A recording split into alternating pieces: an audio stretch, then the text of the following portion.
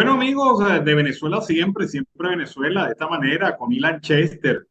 Iniciamos nuestra edición vespertina, como siempre, llevándoles a ustedes información, comentarios, noticias, música, entrevistas, todo lo que tiene que ver con Venezuela y su migración a lo largo y ancho del mundo. Esto lo hacemos con mucho cariño, con mucho respeto para todos ustedes a través de esta señal. 5 emisoras que se enlazan desde Aruba hasta el Arauca Binacional, llevándoles a ustedes información siempre presta y clara sobre Venezuela. Pero también debo decirles que es un trabajo en equipo en donde está Vanessa Chacón en la producción, Camilo García en redes sociales y apoyo técnico, nuestro equipo de operadores, también nuestros colaboradores en Colombia, Venezuela y otras partes del mundo, todos bajo la coordinación de su servidor, Alan Peralta. Iniciamos entonces nuestro balance informativo en la tarde de hoy. Los familiares de dos trabajadores de Sidor, identificados como Leonardo Azócar y Daniel Romero, que fueron detenidos por funcionarios de la Dirección General de Contrainteligencia Militar desde el pasado 11 de junio, continúan sin saber el lugar de reclusión al que fueron trasladados, según informaron durante el día de hoy, a través de mensajes de WhatsApp de Euclides Roja Azócar, hermano de Leonardo Azócar, dijo que existe hermetismo por parte de las autoridades en torno a la detención de su hermano. Hay mucho hermetismo. No hemos podido ver a mi hermano, informó Azócar. Añadió que aunque la información no es clara, él le comentó un día antes que los habían acusado por instigación al odio, asociación para delinquir y boicot.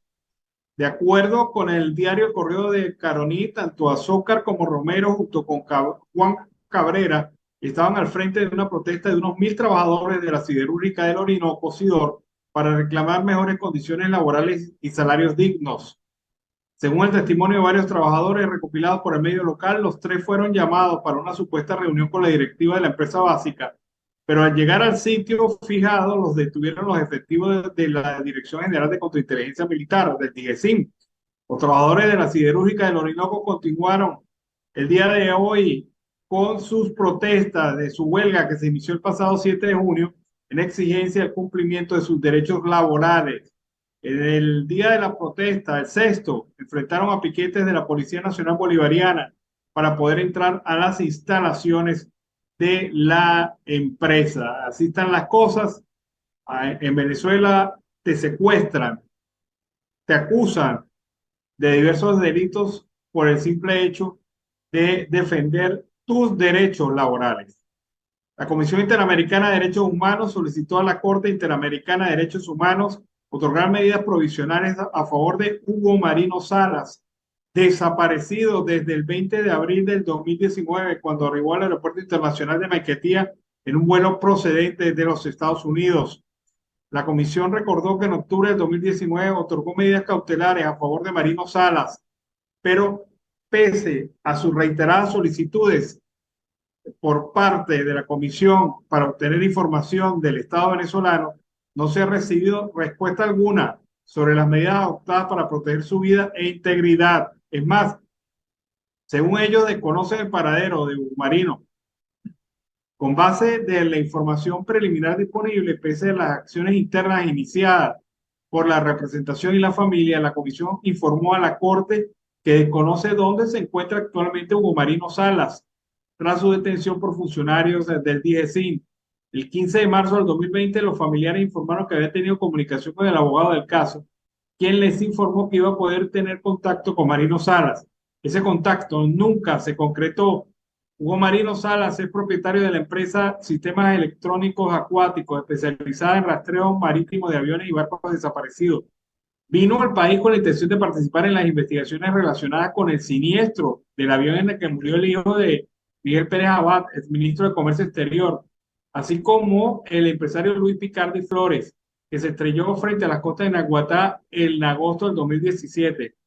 Las medidas provisionales emitidas por la Corte Interamericana de Derechos Humanos en casos de extrema gravedad y urgencia buscan evitar daños irreparables a las personas y las mismas tienen carácter obligatorio para los estados. Pero Venezuela no cumple.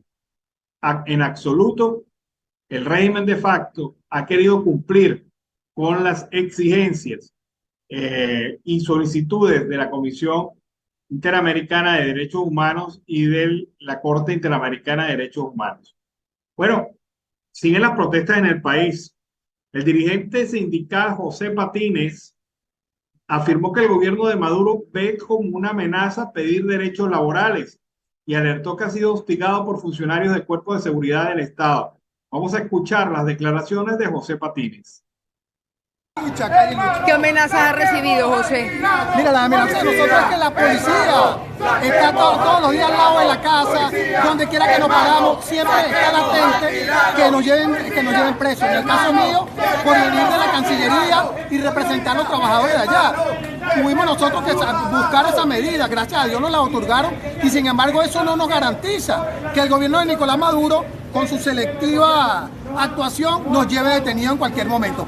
Nos ve como una amenaza, él ve como una amenaza pedir derechos laborales. Si no, pregúntenle a la gente de Guayana. Anoche se trajeron a 3 sindicalistas presos. Aunado a eso, también queremos denunciar a las centrales que hoy representan supuestamente a los trabajadores en Ginebra. ¿Qué hacen esas centrales? 20 dirigentes centrales, 10 por la central ASI y 10 por la CTV. ¿Qué hacen ellos allá? ¿Qué fueron a hablar? Cuando son pagos por el propio gobierno. ¿Qué hace la central ASI y la CTV en Ginebra? Por Dios, no sean hipócritas, no se sigan arrodillando, no sigan vendiendo el movimiento laboral.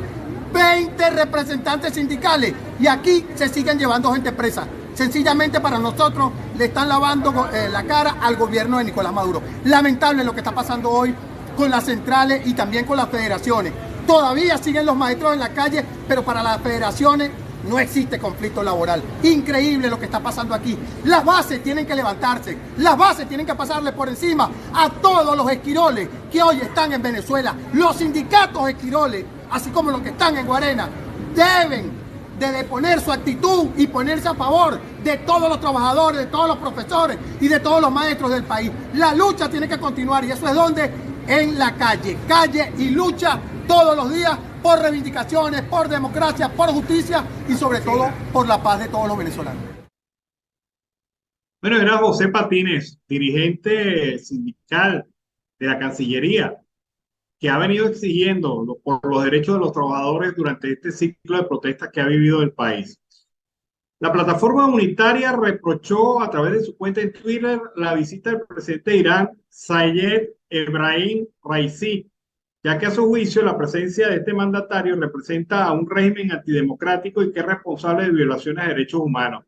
De igual forma, la coalición de partidos de un sector de la oposición señala a Raisi como un presunto promotor de políticas contra la región.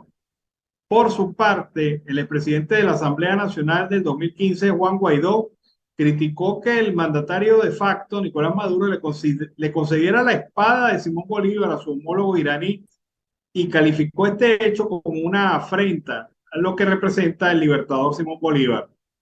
De igual forma, reprochó que mientras tienen y detienen de forma arbitraria sindicalistas en el Estado Bolívar por protestar, se le da un reconocimiento a Ebrahim Raisi.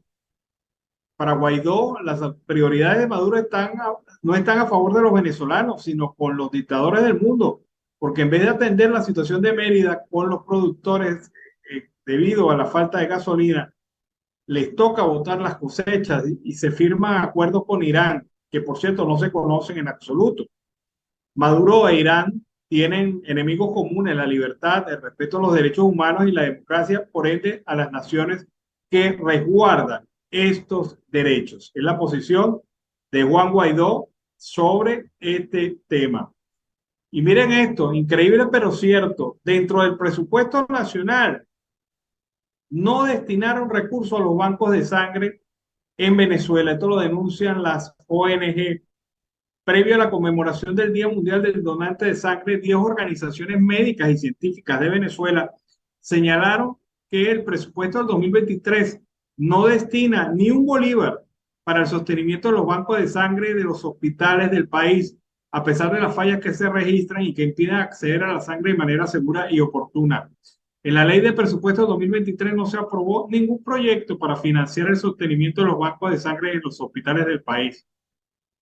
Esto lo alertó Maribel Meléndez, presidenta de la Sociedad Venezolana de Hematología, A juzgar por las cifras disponibles más recientes, en Venezuela, entre 2018 y 2021, el número de donantes de sangre voluntaria ha disminuido al pasar de 8.000 a 1.400 personas, lo que significa una caída en 82 puntos porcentuales. Las cifras del 2018 ponen en manifiesto que apenas 3,12% del total de los donantes aceptados en los bancos de sangre del país fueron voluntarios.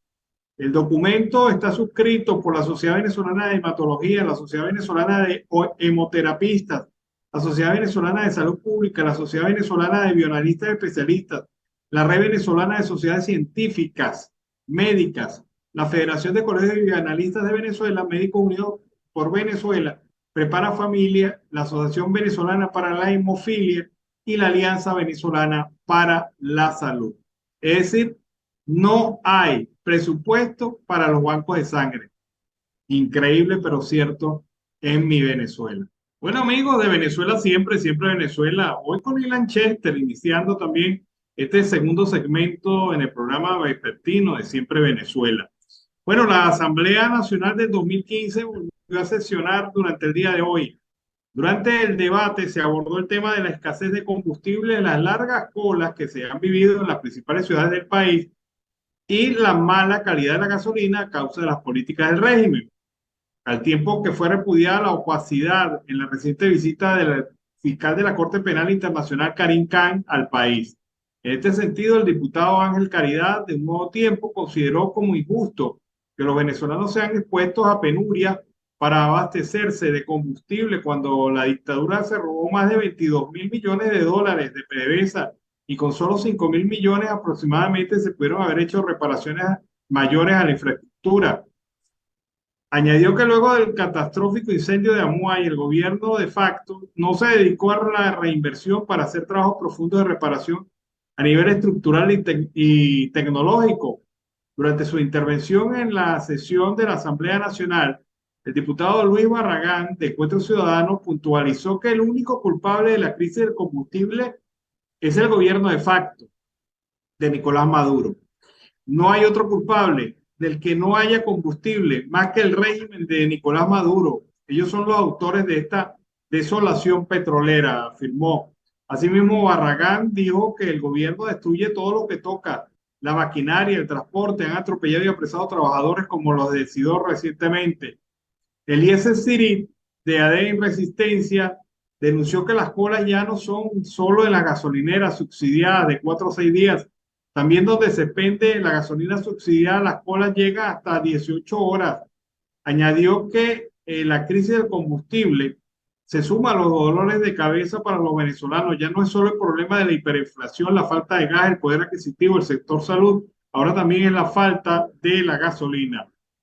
Y por su parte, Ricardo Aponte manifestó que los señalamientos durante la comisión delegada apuntaron hacia el impacto que tienen los venezolanos las políticas erradas del gobierno. Afirma Aponte que los venezolanos sufren tener que surtir combustible, perdiendo más días de su tiempo productivo para hacer colas y llenar los tanques.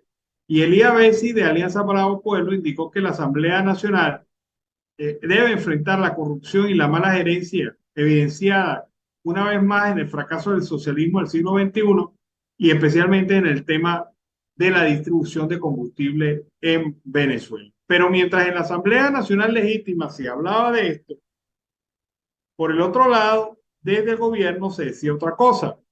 La estatal Petróleos de Venezuela, encargada de suministro de gasolina, aseguró hoy en una nota de prensa que trabaja con normalidad y capacidad suficiente para cubrir la demanda nacional, mientras en la calle persisten las colas para surtir y han aumentado las denuncias por la escasez de combustible en los últimos días. O sea, lo que quiere decir PDVSA es que la gente tiene una sensación de desabastecimiento, una percepción de desabastecimiento. Veamos lo obvio, en todo el país hay cola frente a las estaciones de servicio, tanto las subsidiadas como las no subsidiadas. Y esto no puede ser una simple percepción, pero bueno, el gobierno insiste en su mentira. El vicepresidente de Comercio y Suministro Nacional, Juan Carlos Díaz, de PDVSA, explicó que tras visitar una planta de distribución en el estado de Carabobo, que estas instalaciones se están trabajando con total normalidad y que cuentan con suficiente producto para atender la demanda a escala nacional. Estamos observando que toda la distribución se está realizando de una manera oportuna. Le aseguramos a la población que PDVSA distribuye el combustible necesario para el país. Sostuvo el funcionario sin hacer comentarios sobre las gasolineras que hacen cierres temporales debido a la falta de gasolina en algunos estados del país. Esta situación es el mundo fantástico y mágico del régimen. Juan Carlos dice que hay suficiente gasolina y que están en una distribución A1 de este combustible, pero la verdad verdadera es que lo que se ve en la calle es otra cosa. Otra cosa como la denunciada por esta ciudadana, quien ha manifestado a través de un video que en esta Venezuela que se arregló, entre comillas, la gente amanece en colas para intentar surtir combustible a precio internacional, incluso bajo condiciones totalmente infrahumanas. Parecen escenas sacadas de una película de terror. Esto lo dice ella. Vamos a ver por qué lo dice. Veamos. Araure, Estado portuguesa, con una cola para poder surtir combustible a precio internacional, y realmente no sé qué es peor, si la cola de días aquí con personas apostadas en la estación de servicio San José para poder surtir combustible, o esta vista del cementerio municipal. Observen las terribles condiciones en las que se encuentran, cadáveres totalmente expuestos, ciudadanos sometidos a la contaminación y todo tipo de virus y bacterias. Parece sencillamente que se olvidaron que Portuguesa y específicamente Araure existía en el mapa. Esto es terrible, señores. Por eso debemos seguir con fuerza hasta que salgan estos desgraciados. Bueno, y otros que al parecer tienen una sensación de escasez de combustible son los productores de las zonas de Duaca, en el municipio Crespo y Cubiro, en el municipio Jiménez del estado Lara, quienes no han podido llevar la producción por falta de combustible a los puntos de venta en la ciudad de Barquisimeto y otras jurisdicciones de la región. Cebolla, tomate, pimentón, cebollín, es parte de lo que el sector agropecuario larense produce en estos municipios, pero por registrar varios días en la cola para poder equipar a sus vehículos de gasolina, no ha podido trasladar los rubros, entre los que también destaca la lechuga, que junto al tomate se descompone con mucha facilidad. Precisan los productores de estos rubros, como tomate, pimentón, ají, que son los más afectados. Y dicen que es a duras penas que están logrando sacar 4 camiones de 10 que habitualmente enviaban hasta esta zona. También ha dicho que en Lara se aglutina a un gran número de productores agropecuarios de Venezuela. Gran parte del queso y los productos lácteos comercializados a nivel nacional son provenientes del estado Lara. Y el municipio de Torres concentra el 60% de la producción. Ahora, sin gasolina, Lara no escapa de la realidad, y tener que depender el transporte de la mercancía de la gasolina y el gasoil que se encuentre es prácticamente una misión imposible. José Rodríguez, productor de la zona de Palmarito, cercana en el estado Zulia, dice que llegar a su centro de producción se necesita por lo menos 40 litros de gasolina. A eso se le suma que para poder sacar el queso y llevarlo a Caracas necesita otra cantidad de combustible, la cual no puede adquirir de forma regular, y con esta nueva crisis le ha tocado adquirirla a $1.50 por litro. $1.50 por litro. Esta es la situación que enfrentan los productores venezolanos. A eso se le suma que el queso ha presentado una caída de casi 50% de su costo debido a la misma situación, por lo que el precio actual no pasa de $3 aproximadamente. Por eso es que yo digo y afirmo contundentemente que ser productor agropecuario en Venezuela, agrícola, pecuario o mixto, es prácticamente una nación demasiado meritoria, porque con todos los problemas que le ha planteado el régimen de facto, con todas las situaciones que han tenido que enfrentar pues es difícil mantenerse en pie después de tanta situación y tanta presión, en donde el tema de la gasolina es uno de los tantos que se vinculan al tema de la producción agrícola y pecuaria en el país. Ya que estamos tocando el tema económico, vamos a ver este reporte de nuestra colega, periodista, economista, Diana Zuleta, que nos hace un análisis sobre la situación económica en el país. Veamos. Saludos cordiales, Alan Peralta, Carlos Miuruzcategui y para toda la audiencia de Siempre Venezuela Radio Colombia. Para mí es un gran placer estar de nuevo con ustedes compartiendo la sección de economía. Hoy les voy a hablar sobre la situación del dólar en Venezuela. Desde hace más de un año, el Banco Central de Venezuela viene realizando intervenciones en el mercado cambiario, inyectando dólares a la economía con el fin de estabilizar el precio de la moneda norteamericana. Esta medida no es muy sólida porque no está bien soportada por un buen colchón de las reservas internacionales que sean suficientes para respaldar el mercado cambiario. Por ejemplo, la producción de petróleo y sus derivados es muy poca y esto afecta a las exportaciones para que puedan abastecer lo suficiente el mercado de dólares, a pesar que PDVSA ha mostrado ciertos incrementos en su producción y que Chevron reactivó sus actividades. Según el colega José Guerra, el Banco Central de Venezuela cuenta con 9.680 millones de dólares, de los cuales solo están disponibles para utilizarse 900 millones, porque el resto están representados en oro y otros activos al 29 de mayo del 2023. Carlos Alans y el público que nos escucha, esto es sumamente preocupante porque esto indica, primero, que el país no cuenta con el dinero suficiente para cumplir con los compromisos con el exterior y segundo, estamos expuestos a que en cualquier momento se dispare el precio del dólar oficial, situación que se trasladaría al precio de los productos, lo cual se ha hecho en menor medida durante los últimos meses, pero pudimos notar un incremento en el precio del dólar durante el mes de mayo. Y eso se reflejó en las cifras de inflación, que se ubicó en 7,6% en el mes de mayo, luego de haber estado en 2,5% en abril, según el Observatorio Venezolano de Finanzas.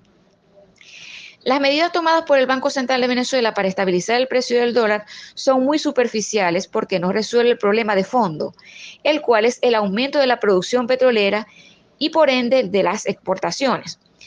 Cuando PDVSA producía entre 2.900.000 barriles y 3.500.000 barriles diarios, las reservas internacionales se ubicaban entre 30.000 millones de dólares y 40.000 millones de dólares.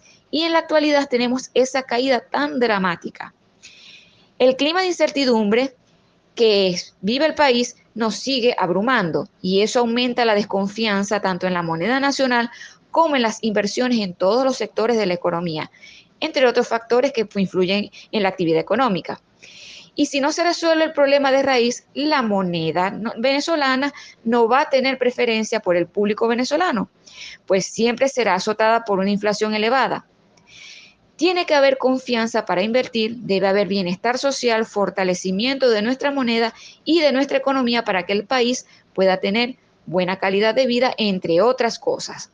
Hasta aquí el reporte de economía para Siempre Venezuela Radio Colombia. Les habló la economista Dianela Zuleta. Hasta una próxima oportunidad.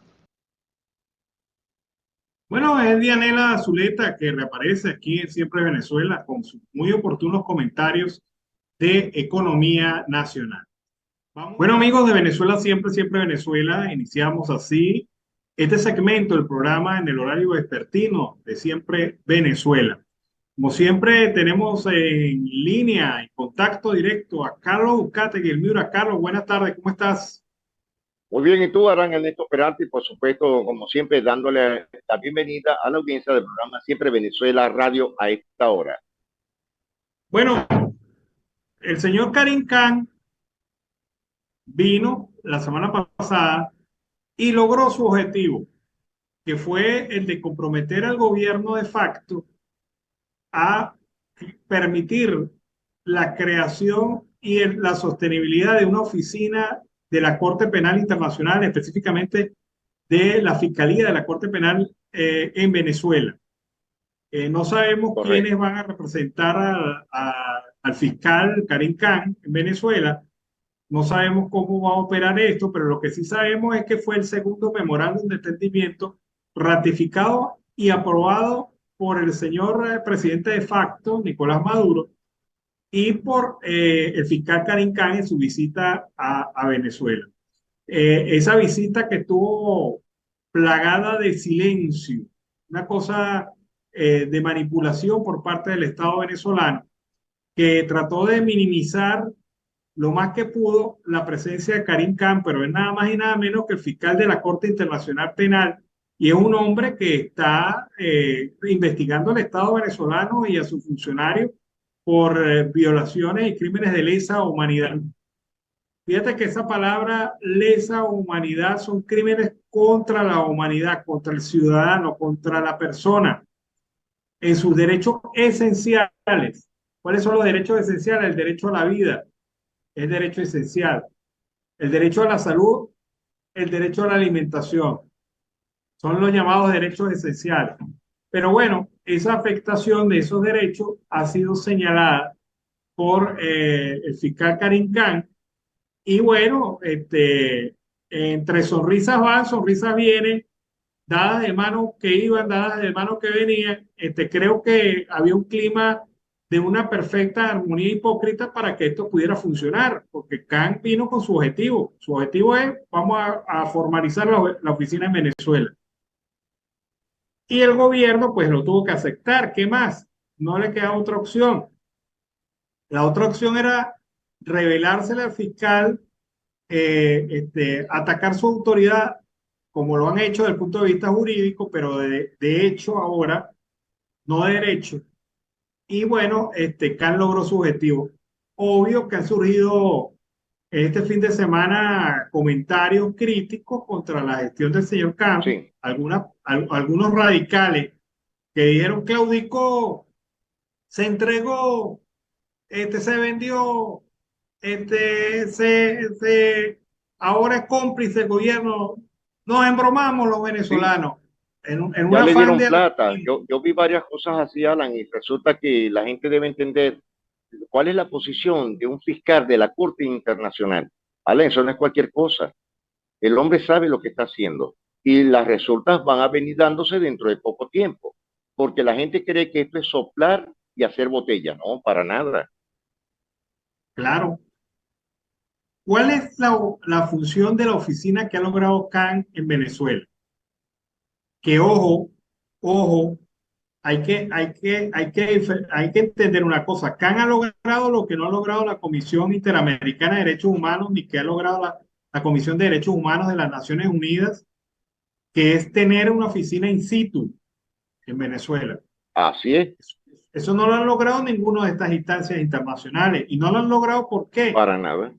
Porque estas son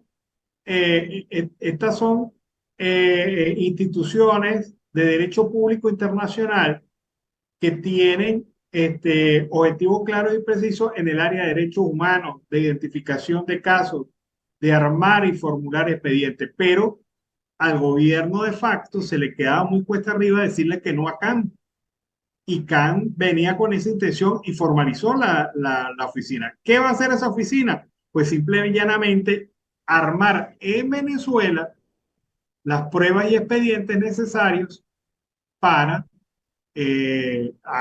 acusar al gobierno, para fortalecer, para robustecer la acusación que Khan está preparando contra altos funcionarios del régimen por delitos de lesa humanidad.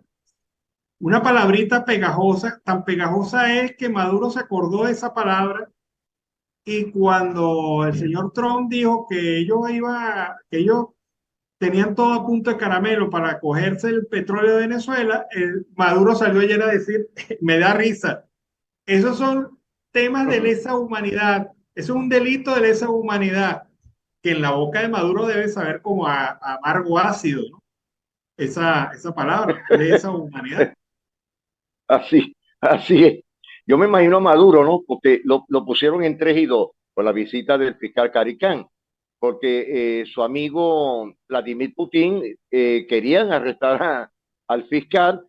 ¿Cuál sería esa posición? ¿Cuántas veces habrá pensado Maduro cómo hacer para echarle garra a esta gente? No, es que obviamente no lo podía hacer. Su posición en el momento que necesita la ayuda internacional, el apoyo internacional, reinsertarse en los ambientes internacionales para buscar la legitimidad que no tiene de su gobierno, pues eso hubiese sido caótico y estrambótico, pero tampoco es como la gente, como algunos radicales dicen, que el fiscal Khan se vendió. No, chicos.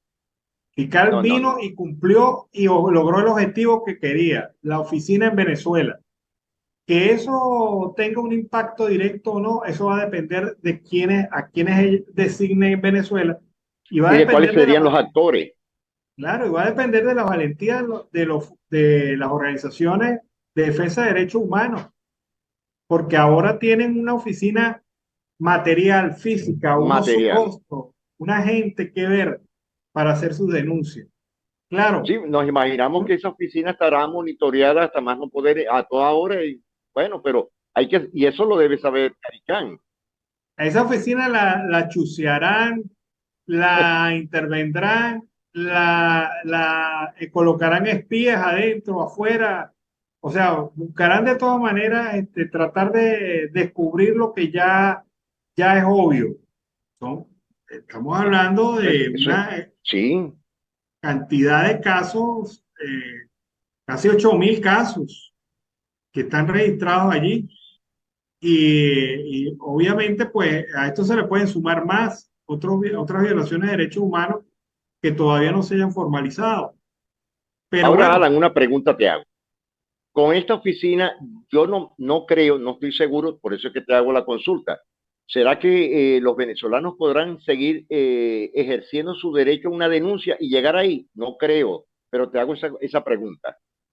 no, sí la pueden hacer aquellos que quieran actualizar o agregar o aportar nuevos elementos vinculados a los casos que ya están abiertos, que es lo que tiene fiscal. Pero también puede usarse como un mecanismo para hacer nuevas denuncias e iniciar el proceso para la Corte Penal Internacional, ¿no? ¿Cómo no?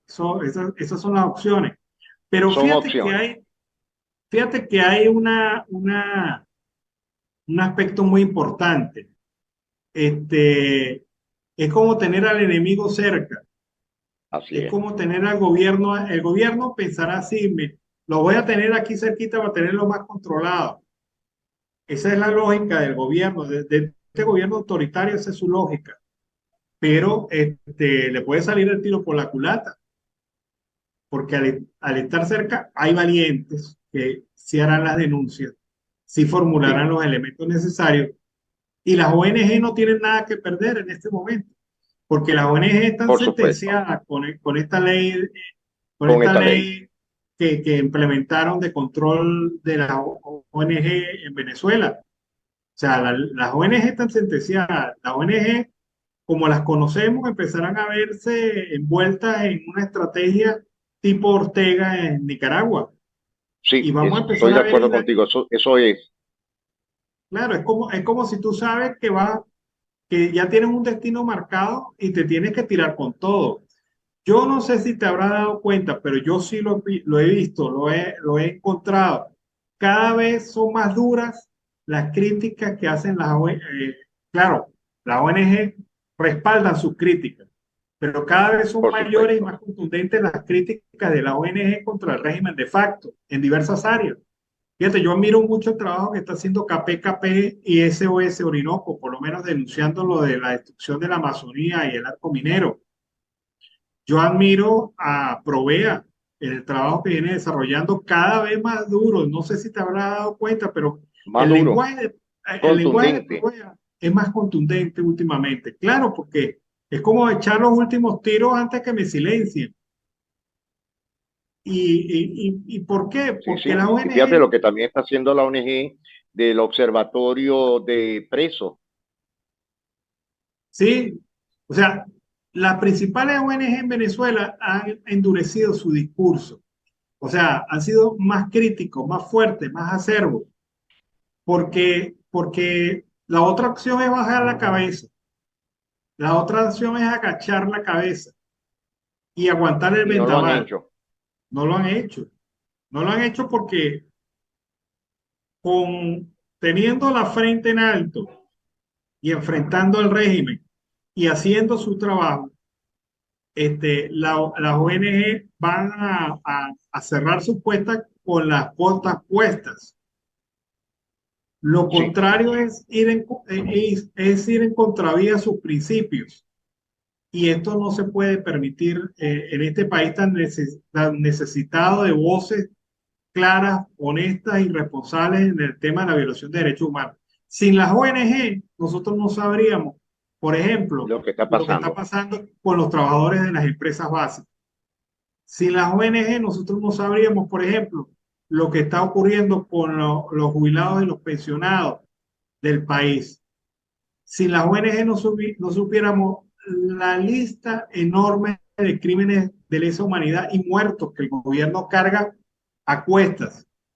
Sin las ONG no estaría Karim Khan en Venezuela, no hubiese pasado por Venezuela, no estaría la Fiscalía de la Corte Penal Internacional en Venezuela o un caso de Eso es expediente correcto. Y abierto en Venezuela. fíjate el caso más palpable, Alan, el caso de Fundarredes, que todavía sí está el abogado Javier Tarazona detenido, retenido. Todavía Fundarredes sigue dándole función a la vida. Claro, y y habla de temas polémicos. La presencia de los grupos irregulares de territorio venezolano ha sido un trabajo contundente, fuerte y permanente de la ONG Fundarredes. Las muertes Eso es violentas correcto. en la zona de frontera han sido también investigaciones de Fundarredes. Es decir, las ONG tienen que echarle el resto, porque todo día que pasa sin ser cerradas o sin ser vulneradas por parte del gobierno es un día de ganancia, es un día de ganancia. Y hay que verlo así.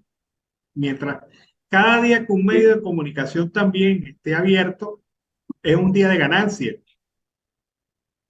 Y eso es la eso. situación a la cual el régimen nos ha llevado en Venezuela, Carlos. Sí, Alan, también te quería hacer un comentario a tu juicio personal. ¿Cómo ves esta declaración que hizo el engominado Hernán Escarrá sobre la situación de inhabilitar a los que medio versaron algún tema de los opositores? Bueno, pero es que eso se viene con las dos nuevas leyes que tiene el régimen, que es Sí, esta ley de extinción de dominio no va precisamente contra los corruptos del régimen. Esta ley de extinción de dominio va en contra de ciudadanos comunes y corrientes, políticos o no, que hayan hecho críticas o sean considerados adversarios del gobierno, porque por esa acción te van a revisar el expediente para ver si algún día, por ejemplo, se te salió a decir que estabas a favor de Trump. Eso será considerado crimen contra el Estado y eso será considerado y convertido y transformado en una potencial expropiación de tus bienes, en una potencial liquidación de tu patrimonio por parte de esta gente que es salvaje en eso. O sea, ellos le están aprendiendo a Ortega. Ortega ha hecho eso en Nicaragua. No solamente sí. se ha conformado con quitarles la identidad a ciudadanos democráticos de Nicaragua, no solamente les ha quitado su derecho a la nacionalidad, es que también les ha quitado el derecho a bienes patrimoniales y lo está ejecutando y lo está haciendo en Nicaragua. Eso lo Sí, quieren toda la hacer también. semana ha ejecutado cierres de universidades, de iglesias, al punto que ni siquiera permite que hayan procesiones, algo que es costumbre de cualquier país, sobre todo de habla hispana. Pero, Alan, esto es una realidad de lo que está pasando actualmente en el país. En el caso de Hernán Escarrá, de verlo ahora, un hombre que en su momento dado todos decían y versábamos que era un hombre muy inteligente, hoy vemos que está arrodillado totalmente hacia el régimen de Nicolás Maduro. No, es que Carrá es una veleta. Carrá Sí, es el abogado constitucionalista que ha deformado la constitución para ajustarla a los criterios, necesidades y estrategias del régimen. Eso es lo que ha hecho Escarrá, que pasará al panteón de la ignominia, como les gusta a ellos decir. Él va a ser uno de aquellos que van a estar en ese panteón, como el hombre que constantemente utilizó su inteligencia para dañar a la democracia, destruir a la democracia venezolana. Y pensar que en algún momento se vendió como uno de los voceros de la oposición en Venezuela. Sí, Un él tremendo manejó un momento infiltrado. dado como candidato del partido Pina y hoy día yo recuerdo que lo sacaron, Alan, y esa botadita fue en un salón del Colegio de Abogados del Estado Zulia, allá en Maracaibo, Alan. En ese momento estaba Alejandro Orozco, que hoy día es candidato aquí por el Centro Democrático como su secretario general, y estaba Adolfo Hernández, de un movimiento político que tuvo que hasta el momento sigue cerrado. Alan, yo lo que veo es la poca incidencia que ha tenido la oposición en algunos temas. Muchos están callados y eso es muy preocupante. Y quería versarte este tema. Alan, mira, mucha gente está todavía en el dime y dame sobre las votaciones en el exterior, pero veo con mucha preocupación que muchas personas que están, voy a hablar del departamento de La Guajira, en los municipios del sur, deben ir obligatoriamente hasta la capital, que es Riohacha. Lo mismo que en Cúcuta, donde deben ir de diferentes partes de Ocaña, Pamplona, hacia la capital para poder ejercer ese sufragio en el exterior. Ahora, Alan, hasta el momento no se han regido algunas posiciones políticas o electorales para que la gente vaya con algún transporte o algún momento alguien que los lleve, ya que son 1 o 2 horas y media hacia la capital. Esperemos que los actores principales de los partidos políticos puedan ejercer este punto. Bueno, pero es que es el papel que le corresponde a las maquinarias. Eso es Definitivamente, correcto. ese es el papel que le corresponde a los partidos políticos. O sea, los partidos políticos no pueden ser redes sociales, nada más. Los Ajá, partidos eso políticos es. no pueden ser estructuras montadas sobre discursos. Los partidos políticos, en su esencia, deben también ser organizaciones de movilización, de Bueno, ya lo apoyo, dijiste, y ya está de- pasando. claro, eso es lo que tienen que ser los partidos políticos. Y en el caso del exterior, estamos hablando de un potencial de votos de más de 3 millones de votos Por para las supuesto. primarias, que yo estimo, es un cálculo basado en el ojímetro, que máximo votarán 600.000, de esos 3 millones votarán entre 400 y 600.000, pero llevarse de esos 600.000, de esos 400.000, 30.000 o 40.000 votos, es algo que puede cambiar la balanza electoral en las primarias. Sí, eso es Y es correcto. algo, y es algo que deben entender y deben trabajar las organizaciones políticas y aquellos que aspiran a ser destacados en este proceso electoral en las primarias. No, y me gustó un puntico que dijiste, y seguro van a preguntar dónde venden ese ojímetro. Ah, no, es que uno va sumando, va restando, mentalmente va calculando, va haciendo experiencia con eso. Y el país, pues, eso es lo que dan los números, mire, hermano. Sí, Máximo, yo creo que 600.000 votos en las primarias del exterior. Y eso con un buen trabajo de las organizaciones partidistas. Pero puede estar entre los 400 y los 600.000 de toda la diáspora. Pero son lo he votos. pensado en toda la diáspora a nivel de Latinoamérica y los Estados Unidos. No sé hasta el punto cómo está la situación en Europa, que es mucho menos, pero sí lo hay. Ana. Pero lo que es América del Norte, Central y América del Sur, mucha gente va a tener esa votación. Claro, definitivamente esas son las proyecciones que hay en relación a este tema de las primarias. Eh, no podemos irnos sin hablar de lo de Trump. Señor Trump se le fueron las chupas, como dicen en Venezuela, Sí, se le los fueron pavos. las cabullas completas. Hasta la Claro, propia oposición, la mesa de la unidad, Alan, lo ha criticado muy, pero muy duro. bueno, pero me parece muy bien, me parece bien. O sea, es que el petróleo no es de los Estados Unidos, pero tampoco es de China, ni de Rusia, ni de Cuba. O sea, eso tampoco es Mucho menos, propiedad de así ellos, es es. propiedad de los venezolanos. O sea, la salsa que es igual para el pavo es igual para la pava. Y me gustó una cosa muy importante. fue la oposición la que se pronunció primero sobre el tema, incluso antes del régimen de facto. Y esto Sí, le quita al totalmente. régimen de facto la ventaja de decir, ve, El protagonismo. los traidores a la patria, los vendepatria y bla, bla, bla, y todo, cuanta pendejada pues, se le pueda ocurrir al régimen.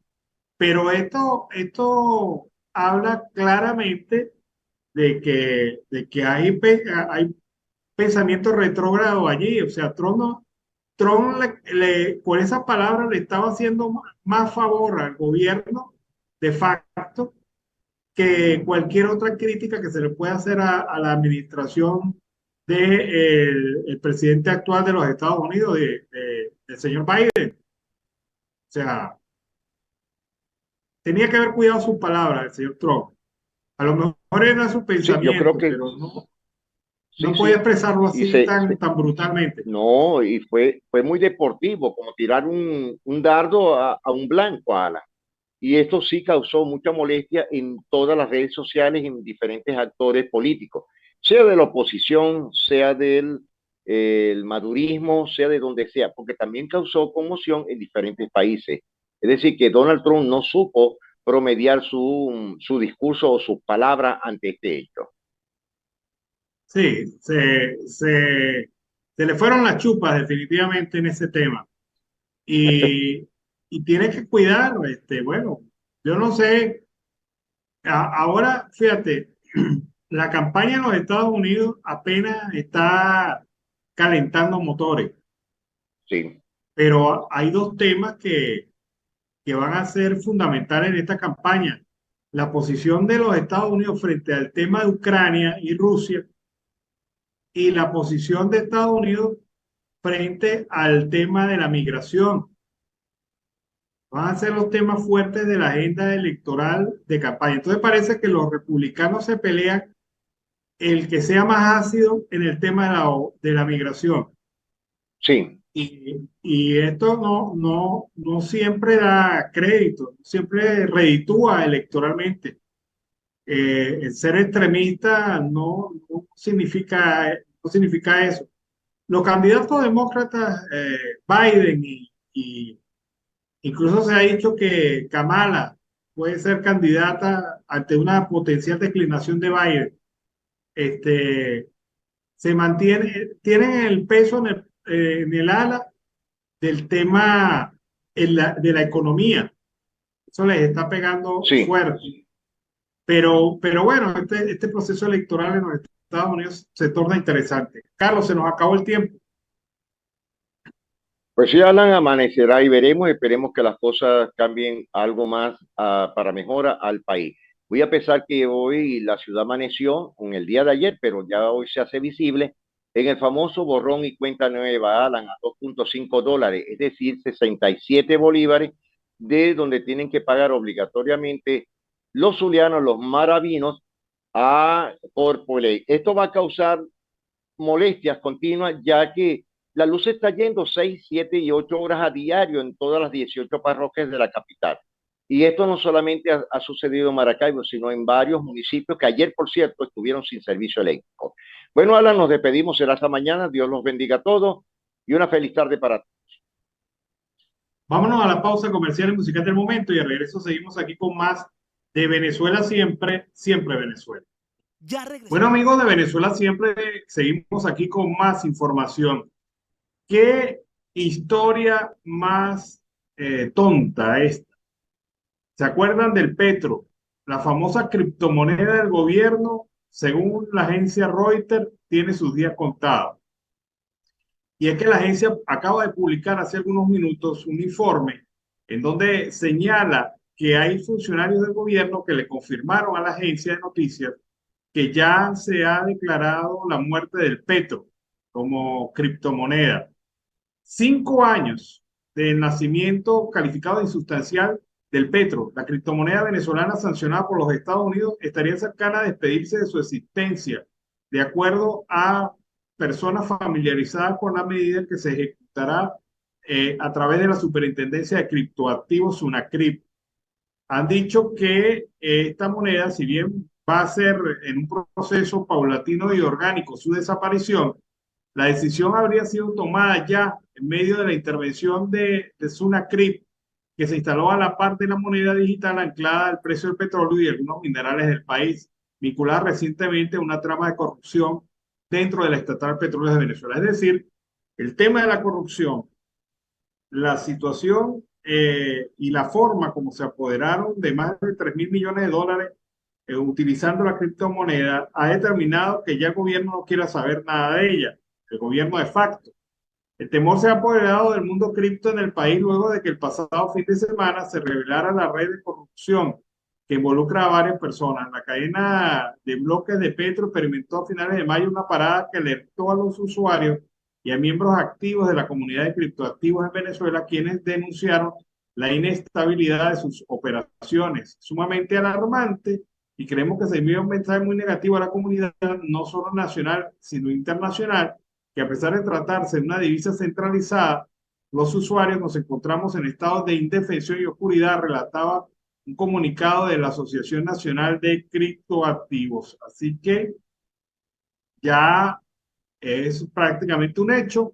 El fin del petro, se finí, no serviste para nada, solamente para robar.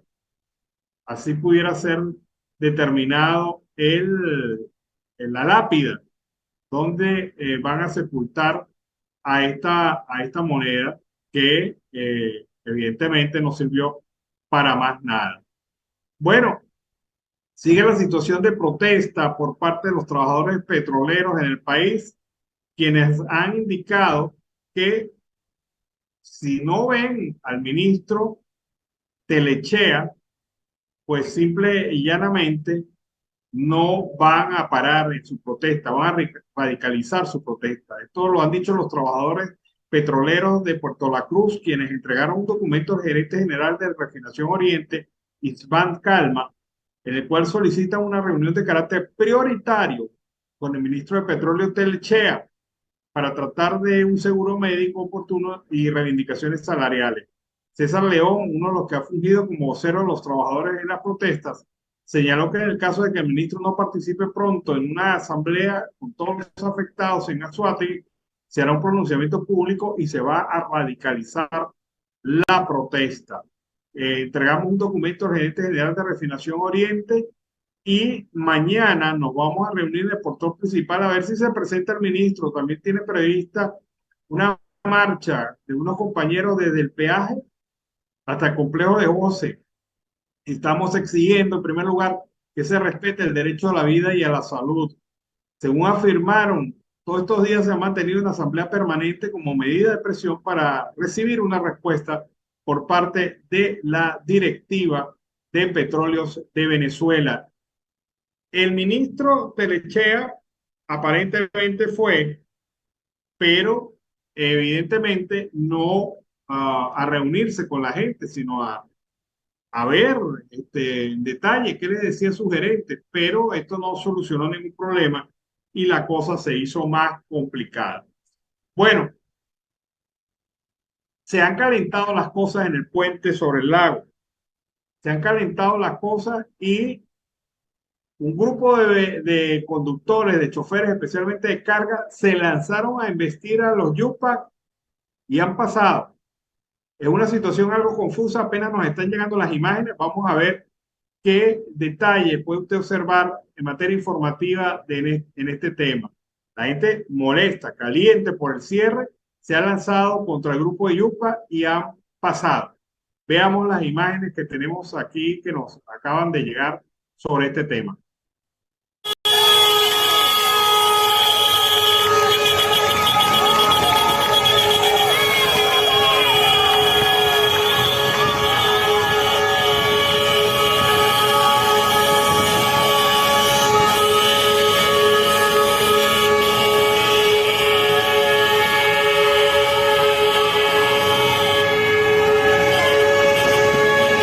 4:48 de la tarde de este 13 de junio.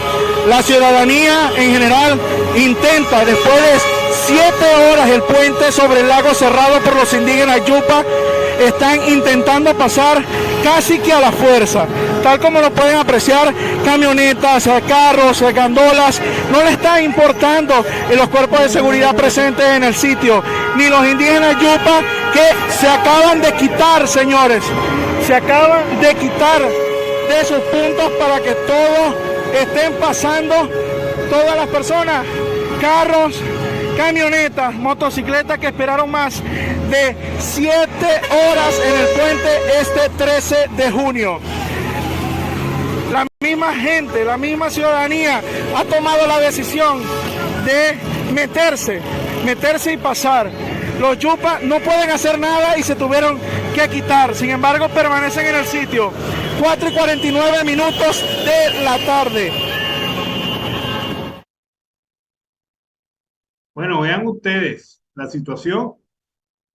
Miren, la autoridad que no se ha hecho respetar, los uniformados que no se han hecho respetar allí, la autoridad del gobierno nacional y el gobierno estatal, están generando las condiciones propicias para una situación bastante lamentable.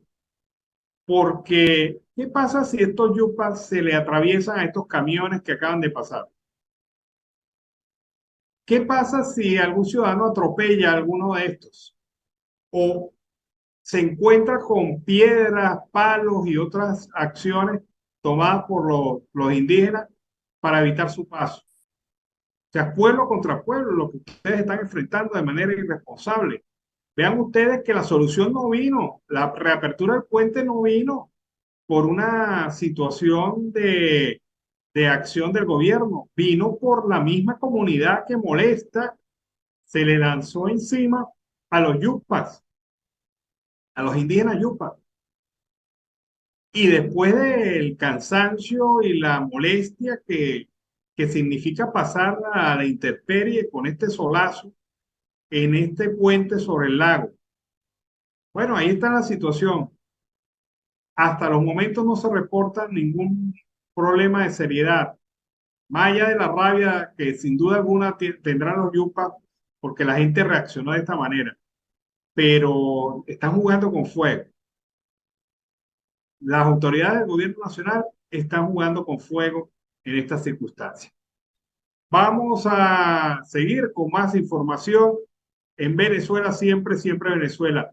Miren lo que dice este pajarito, increíble pero cierto. El fiscal general de facto, Tarek William Saab, aseguró que en Venezuela no es necesaria la instalación de una oficina de la Corte Penal Internacional porque el Ministerio Público está en capacidad de llevar a cabo las investigaciones sobre presuntas violaciones de derechos humanos. Sí, claro, cómo no. Se le puede creer, pajarito. En Venezuela hacemos justicia en materia de derechos humanos. No hace falta que una instancia transnacional, llámese CPI, como sea, haga lo que ya en el país estamos haciendo nosotros. No tiene por qué entrometerse en Venezuela un organismo transnacional. Pero bueno, entonces esto no se lo dijiste directamente al fiscal Karim Khan, Tarek William Saab. Es como quien dice el matón de barrio que cuando está frente al individuo que amenaza, pues se le mojan los pantalones. Y a Tarek William Saab se le mojaron los pantalones frente a Khan, no le dijo nada, hasta sonriente salió en la fotografía, y después que se fue Khan, entonces ahora sí, no hacía falta la oficina, no hace falta nada de nada. Pero bueno, ya la oficina está y viene. Y aunque le duela al fiscal de facto, ahí está la situación clara y contundente. Se va a investigar a través de la Corte Penal Internacional y a través de la Fiscalía de la Corte Penal Internacional del fiscal Karim Khan estas circunstancias que han venido señalando más de 8.900 venezolanos en el país de violación de crímenes de lesa humanidad por parte del régimen de facto. Ahora, otro tema. En los Estados Unidos, la Embajada de los Estados Unidos en Venezuela ha señalado, publicado un material informando sobre las aplicaciones de paroles, del parol humanitario, cómo se procesa esto y los cambios que se han realizado para buscar beneficiar a un mayor número de aplicantes. Veamos este video. Y lo que les quería anunciar y explicar es que en las últimas 2 semanas hicimos un cambio importante al proceso de parol para precisamente aumentar la esperanza que tienen las personas de que pueden venir a los Estados Unidos pronto. Cada día se autorizan a 1.000 personas de los 4 países que vengan a los Estados Unidos. Y ahora la mitad de esas autorizaciones, o sea, alrededor de 500 cada día, se van a procesar por una lotería, o sea, totalmente random. Y eso va a decir que alguien que aplicó ayer podría recibir su cita mañana. Y la otra mitad de las autorizaciones se van a seguir dando en la orden que se recibieron las aplicaciones para asegurarnos que las personas que están esperando ya mucho tiempo eventualmente van a ser procesadas. Bueno, ya tienen atención sobre este tema. El hecho del paro humanitario, la única posibilidad legal de ingreso a los Estados Unidos y bueno, habrán cientos de solicitudes, pero todas tienen que ser aplicadas de esta forma. Trabajadores de la empresa Sidor han confirmado que esta se encuentra paralizada y esta situación se ha vuelto cada día más complicada, especialmente después de la detención de Leonardo Azoka y Daniel Romero, quienes fueron detenidos por parte de las autoridades y se encuentran en paradero desconocido. Veamos este reporte. Haciendo aquí un reporte de la situación aquí en Planta de Peña. Les comento que esto sigue 100% paralizado. Aquí los trabajadores no están con medias tintas, los trabajadores están resteados. Y ahora más todavía que le detuvieron a su secretario de Trabajo y Reclamo, como lo es el compañero Leonardo Azoka, el compañero Daniel Romero, y aquí está mi hermano. Todo totalmente paralizado. Y al compañero de trabajo Juan Cabrera, apodado el menor, pues. Pero aquí vamos, hermano, pie de lucha. Bueno, ahí está entonces la situación dentro de la siderúrgica del Orinoco. Los trabajadores resteados y no pueden venir con cuentos chinos para tratar de engañarlos como los engañaron en el mes de noviembre. Ni siquiera el propio gobernador, que hizo instalar unas comisiones técnicas, unas mesas técnicas. O sea, los trabajadores no quieren mesas técnicas, lo que quieren es incremento salarial digno y justo. Y eso no es capaz de ofrecerlo el régimen nacional. Con este reporte nos vamos y finalizamos nuestro programa.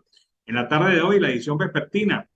Como siempre, es un trabajo en equipo en donde está Vanessa Chacón en la producción, Camilo García en redes sociales y apoyo técnico, nuestro equipo de operadores, también nuestros colaboradores desde Colombia, Venezuela y otras partes del mundo, todos bajo la coordinación de su servidor, Alan Peralta. Nos despedimos hasta mañana. Que pasen muy buena noche.